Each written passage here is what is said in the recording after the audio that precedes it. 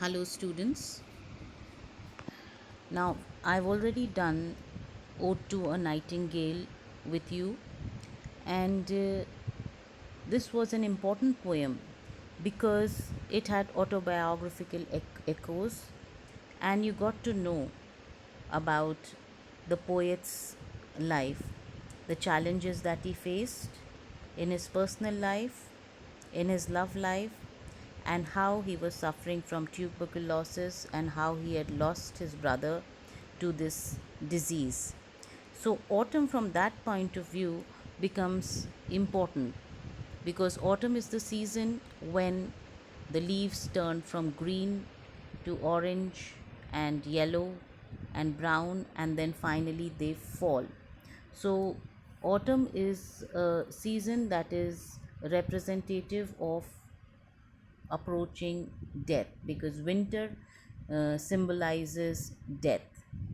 And Keats himself, since he was suffering from tuberculosis, knew of his impending death. So, autumn from that point of view becomes important, but it has been treated very uniquely by Keats. When we study this poem line by line, you will find how uniquely Keats has treated this poem. Actually, the romantic poets, they reflect the time period in which they lived as a time which was of open minded thinking, and there was a general appreciation for the world around, the surroundings, the nature, the environment. And Keats does represent this in his Ode to Autumn through his admiration of the natural world. Now, Keats did not, or I would say that the uh, very noticeable aspect of this poem is that it does not follow the romantic literature set of characteristics, which is the season that Keats chooses to admire. Because normally the celebrated season of the romantics is spring. Why spring? Because spring is a season of abundance. There is growth in nature, there is blooming, there is blossoming of flowers, and that signifies new beginnings, fresh developments, new life forms. And it is quite admirable that Keats chose to admire autumn, which does not have the quality that spring has. The season of autumn is a season of loss. However, in this particular poem, Keats tries to find beauty and peace in this season as well as in life also. When we do the poem, you will see how he personifies autumn and he tries to find music in this season.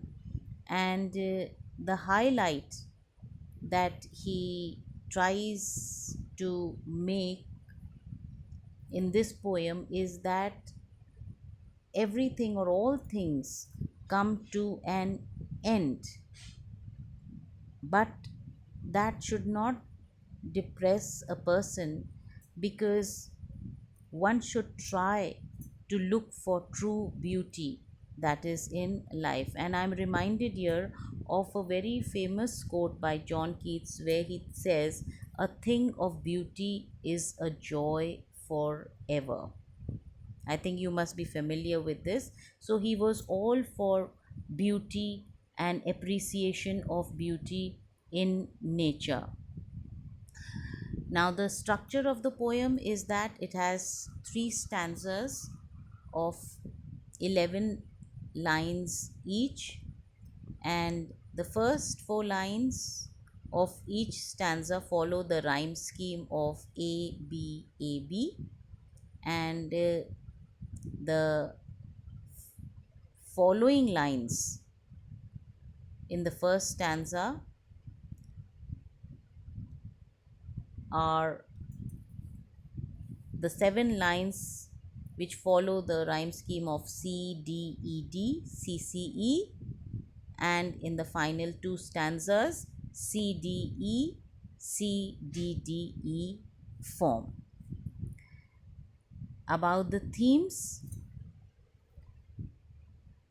nature and its beauty.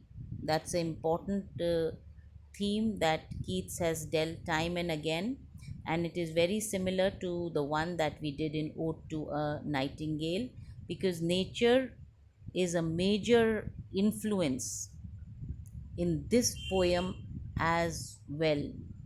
We will find that in each stanza there are vivid images of the changes in season as Keats observed them happening, and there is a profound appreciation of the seasonal changes in this poem.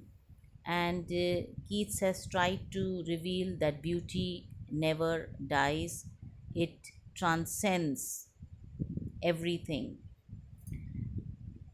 Also, another theme is the feelings of an approaching loss. Now, a common feeling at this time of the year, that is in autumn, is expressed in many works of art. Many things die during this season, so there is an inevitable tone of loss in nature. So Keats tries to make this obvious that death is inevitable. Inevitable means you cannot avoid it. It is the reality of life.